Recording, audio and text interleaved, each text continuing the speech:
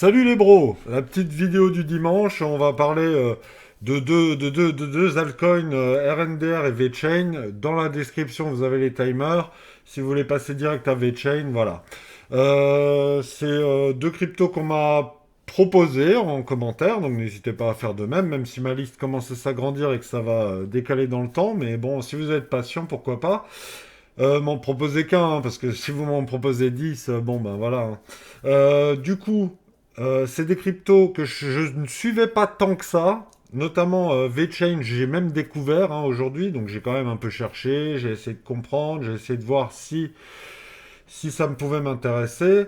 C'est marrant parce que les deux étaient dans ma liste, c'était les deux suivants, et c'est 42e et 43e du top 100. Donc très proche en termes de capitalisation, avec quand même de grosses différences. Donc voilà. On va commencer avec Render, RNDR, hein, qu'on voit là sur le graphique, qui ressemble quasiment à toutes les cryptos sur ce cycle. Hein, voilà. Render, bon bah c'est un peu comme Akash, hein, c'est de la location, c'est le Airbnb de la carte graphique. Hein, ça donne de la puissance de calcul pour faire de l'IA, blablabla, tout ça. Il reste quelques tokens à libérer. Voilà, il y en a 600 millions, je crois, et il en reste 100 millions à libérer.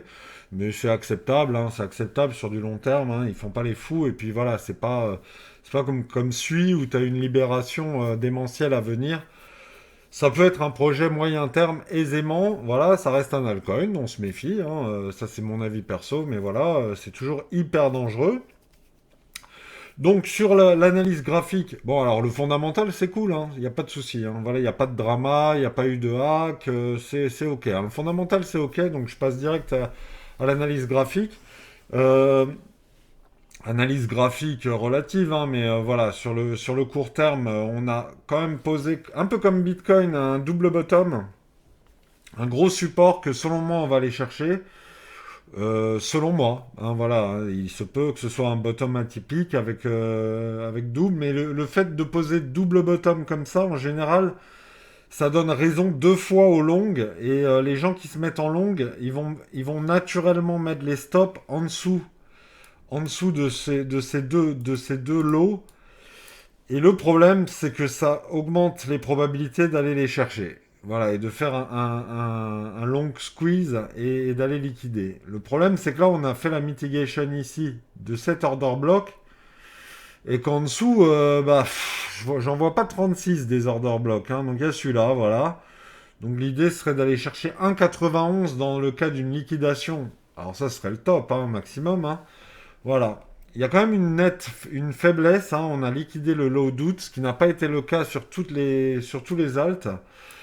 Et voilà, c'est un peu un signe de faiblesse. Là-haut, on pourrait se dire, ah, il y a double top. Non, non, c'est une liquidation en fait. Vous prenez comme ça, je fais pas la droite, je vais le tracer à la zob. Mais vous prenez comme ça, et ça, c'est une liquidation.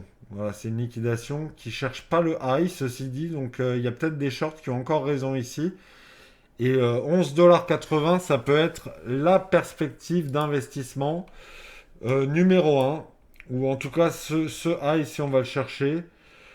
Dans quelque chose de raisonnable, si vous investissez, la première target, ça va être 8 $. 8 $. 8 $ pour prendre des profits, ce qui est quand même assez extraordinaire, hein, c'est plus de x2. Hein.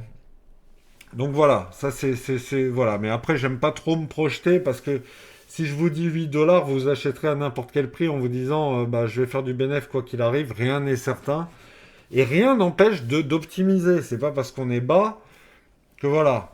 3,80 $, où là, le double bottom, c'était à 2,50, bah, c'est pas du tout la même perspective. Hein.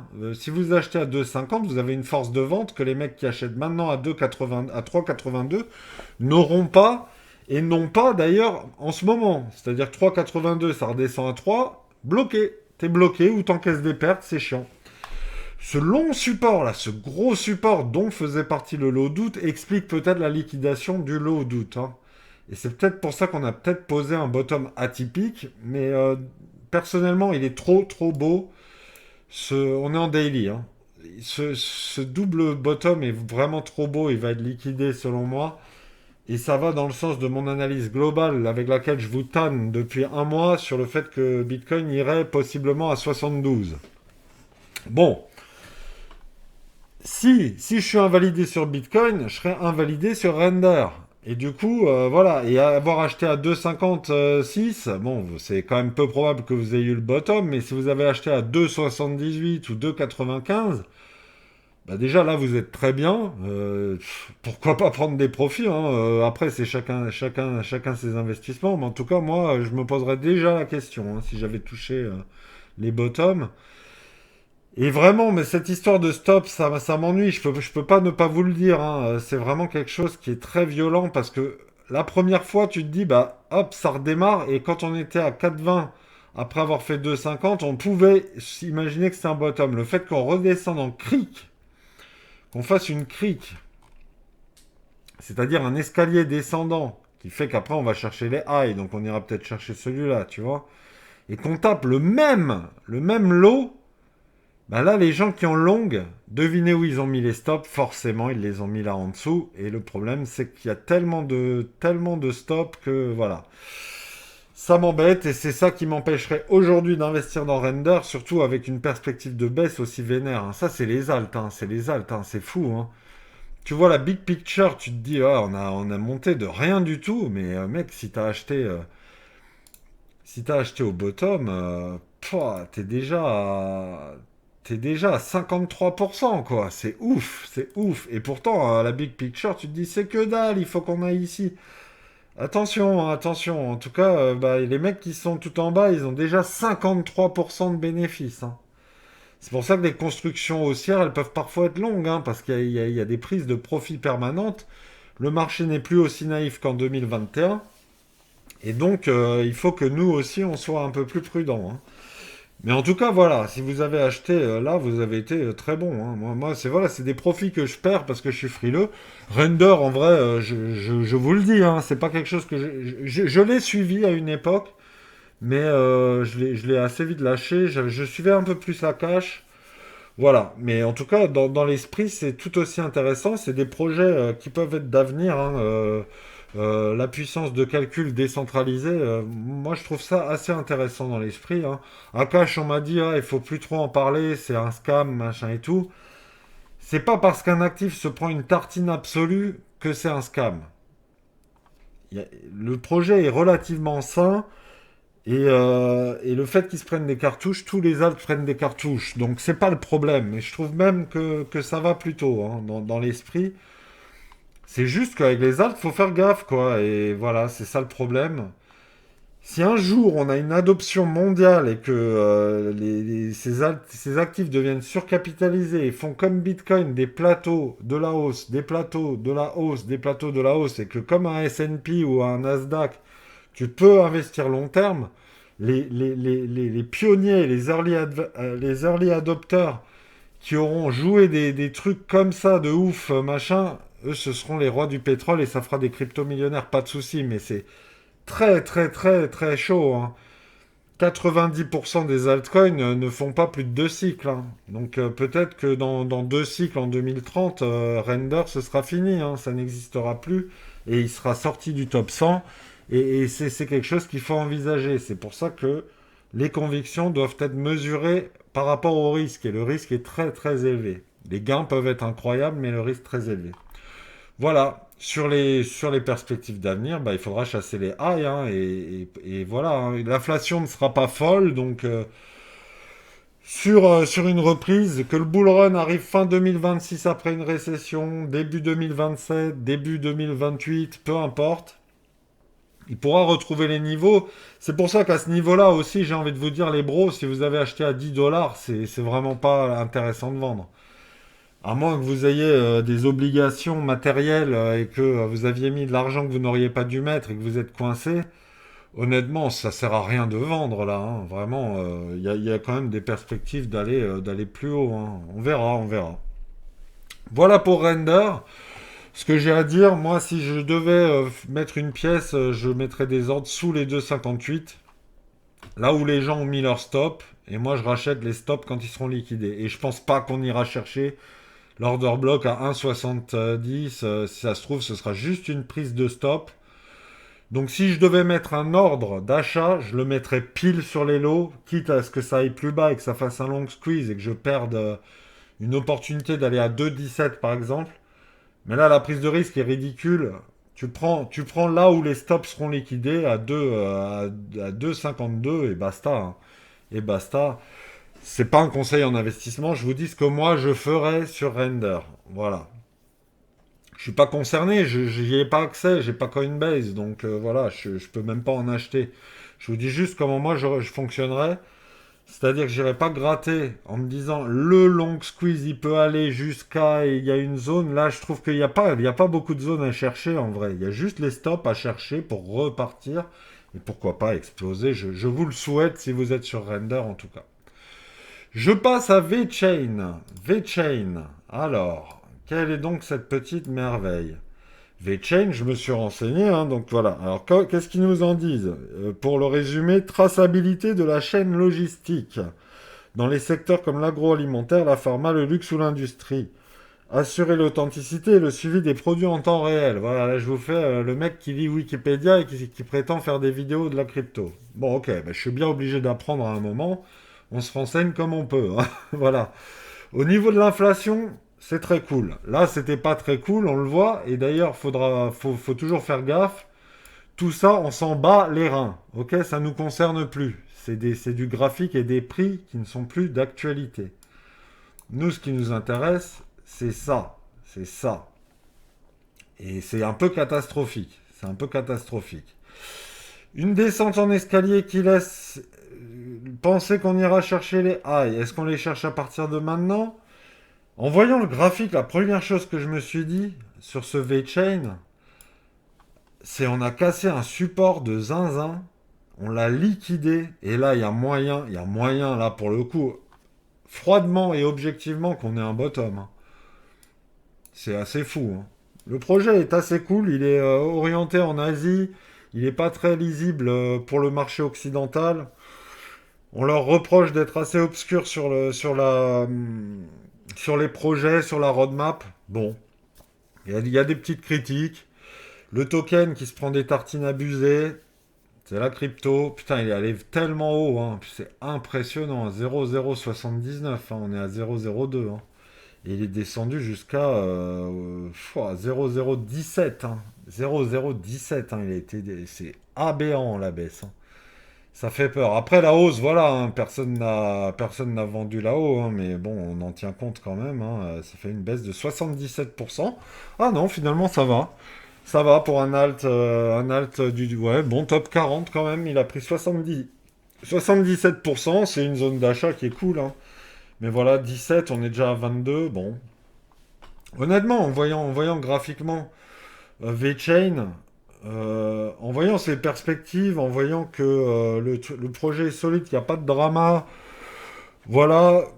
Bon, le token, il prend pas la valeur qu'il pourrait prendre, voilà. Mais c'est vraiment là, pour moi, c'est impossible le bottom, hein. Graphiquement, qu'est-ce que tu veux chercher de plus? Qu'est-ce que tu veux chercher de plus? Après, tu vas chercher des order blocks obscurs des années 60. Non, non, je vois pas pourquoi. Et puis ce serait tellement grave pour le token. Est-ce qu'on considère que le bear market a fait un support qu'il fallait liquider à 0,014? Pouah, c'est quand même bear de ouf. Moi, je regarde cette perspective-là, en partant de novembre 2023, on l'a liquidé. Bah, qu'est-ce que tu veux de plus, quoi? Qu'est-ce que tu veux de plus, hein, les gars? Là, on a pris tous les stops long terme, hein. En vrai, qu'est-ce que tu veux qu'il y a un mec qui est en longue sur un altcoin comme ça depuis. Qu'est-ce que tu vas aller chercher comme stop à 0,004, quoi? Il y a que dalle, il y a que dalle. Pour moi, possible bottom, si tout s'effondre, écoute, il fera peut-être un double bottom, qu'ensuite il ira liquider le double bottom, et c'est tout. Et c'est tout. Mais honnêtement, si on revient à 0,018 et que vous êtes convaincu que VeChain va s'ouvrir au marché occidental et tout, bah c'est des zones d'achat, hein. C'est des zones d'achat. Moi, c'est pas forcément mon délire. Parce que je suis déjà sur d'autres trucs, d'autres perspectives, que j'ai d'autres projets d'investissement, mais c'est vrai qu'en le voyant, je me suis dit, putain, attends, graphiquement, c'est grave intéressant. Graphiquement, c'est grave intéressant, surtout avec cette descente en escalier. Ça me paraît pas délirant de vendre à 0,035 en mode je vends 60% de mon bag et j'ai quasiment remboursé. J'ai des V-Chain, des VET gratuits, qui est quand même un top 100, qui a un projet sain. Voilà, est-ce que j'ai oublié quelque chose? Je m'étais fait des petites notes. Ah ouais, il bosse avec Walmart, BMW, H&M. Ouais, quand même. C'est pas l'Occident, mais enfin, quand même, Walmart, c'est. Ah oui, Walmart China, pardon. Bon, voilà, c'est grave en Asie. Bon, non, j'ai rien d'autre à dire J'ai dit un peu toutes mes notes sur le fondamental. Graphiquement, bah, grosse tartine, hein, voilà, des setups de distribution hyper violents avec des baisses hyper violentes et cette descente en cric qui peut faire penser à une réaccumulation. Réaccumulation avec accumulation finale. Si vous avez acheté du V-Chain, et j'ai envie de dire même si vous en achetez maintenant, si le token se reprend et que c'est bien une réaccumulation et qu'on va chasser tous les highs, putain, vous êtes trop bien, hein, vous êtes trop bien. Si vous avez acheté haut, bah c'est vraiment pas l'endroit où vendre, hein. Là, c'est trop dommage, hein. Là, c'est trop dommage. Autant garder et se dire, on verra plus tard, et vous oubliez vos V-Chain et vous regardez plus tard, hein. Pourquoi pas, si vous avez acheté à 0,035, sortir à BE à 0,035, si on a chassé tous les highs en se disant, bon, après, par contre, il y a tout ça à prendre, et là, c'est plus chaud. Après, c'est les thèses d'investissement, c'est chacun ses convictions, ses perspectives. Quand on a acheté haut, l'idéal c'est de revenir à zéro. Et là, c'est une grosse perte de temps, parce que je ne sais pas dans quelle mesure VeChain peut monter, hein. Là, d'ailleurs, on est en train déjà de chasser un high, hein. On a chassé ce high ici. On a fait une belle redescente, on remonte. Et le prochain, il est à 0,024, on va dire, et après il y a la FVG. FVG Daily. FVG Daily qui monte jusqu'à... voilà, si on doit crack, de manière générale sur BTC et compagnie, on va dire que 0,025, c'est l'endroit où on commence à se poser des questions de prise de profit. Je sais que ça paraît peu, on est à 0,022. Mais il y a des gens qui ont acheté à 0,018, 0,017 puissance de vente. Ils sont quasiment à 60% de bénéfices et ils peuvent vendre. Et ça fait chier parce qu'on se dit, attends, c'est tellement bas, pourquoi il y a des gens qui vendent? Bah, parce qu'il y a des gens qui gagnent. Et ces gens, c'est la smart money, donc en particulier. Donc eux, ils vendent, ils n'ont aucune pression, les algorithmes, ils bossent et ils font le taf. Donc on fait attention, hein, on peut faire ça. Ah, on a comblé la FVG, on fait une continuation baissière et c'est bien relou. Et parce que là, ce serait vraiment trop dommage après avoir liquidé un support aussi beau avec double support, hein, même, hein, qui fait un énorme support, prise de stop, liquidité. Et là, en plus, ce qui me fait penser à un bottom, c'est que la réaction est belle. C'est pas un escalier. C'est pas un escalier en daily. Je vais quand même me mettre en 4 heures pour vérifier. Non, c'est assez réglo, hein, c'est assez réglo, hein. Ce lot-là, il fait un peu chier. L'impulsion était belle, le fait qu'il refasse un lot comme ça fait des petites liquidités. Là, il refait un petit escalier. Bon, mais ça peut être, voilà, ça peut... C'est réglo, c'est réglo. Ça peut être un bottom, ça peut être un bottom. Seul l'avenir nous dira vraiment... mais graphiquement, c'est très beau et pour moi, ça suffit, quoi. Voilà, je radote, hein, je radote, mais... c'est important, voilà. J'ai souvent des trucs défaitistes en disant non, bah on a un support, il faut qu'on le liquide pour repartir. Bah là, on l'a fait, donc je suis obligé de le dire sur VeChain. VeChain, il peut très bien aussi se décorréler. Il a fait le taf, il se décorrèle et il part comme un layer en ce moment ou comme d'autres qui en ont rien à foutre et qui font leur truc, quoi. La décorrélation, ça existe aussi parfois sur les altcoins. Ça peut très bien arriver à VeChain, qui est quand même un top 50, hein, merde. C'est pas rien, hein, donc bon. Voilà, voilà. Pour ces deux altcoins, j'ai pas grand-chose d'autre à vous dire. J'espère que ça vous a plu. Si j'ai oublié des trucs, vous savez que je réponds en commentaire, hein, c'est une petite commu. J'ai le temps de vous répondre et ça me fait plaisir de vous répondre. Si j'ai oublié des choses sur VeChain, sur Render, ou que vous considérez que c'est des scams et que j'aurais pas dû en parler, on en discute. Si vous pensez que je suis pas assez boule et que j'ai oublié de parler de choses incroyables, comme une fois je parlais d'Ether, j'avais oublié qu'il y avait la mise à jour qui arrivait là en mai. C'est des choses que je peux oublier, hein. Je vous dis, c'est une discussion de comptoir. N'hésitez surtout pas à échanger avec moi. Et c'est pas pour l'algorithme, et c'est pas pour saucer la chaîne, hein. Il n'y a pas d'ambition, c'est vraiment l'ambition de discuter, hein. D'accord? Parce que je ferai jamais de Telegram, je ferai jamais de Discord, parce que c'est vite le bordel et que je peux pas le gérer. Eh ben, on a la section commentaires et on discute, hein. Voilà. Profitez-en, je suis encore capable de répondre à tout le monde et pendant longtemps, hein. Voilà, il y a pas 10 000 abonnés, donc c'est vraiment cool de pouvoir faire ça. On en profite et on échange, hein, entre nous. Voilà, voilà. Je vous souhaite un très bon dimanche. Demain, vidéo d'actu.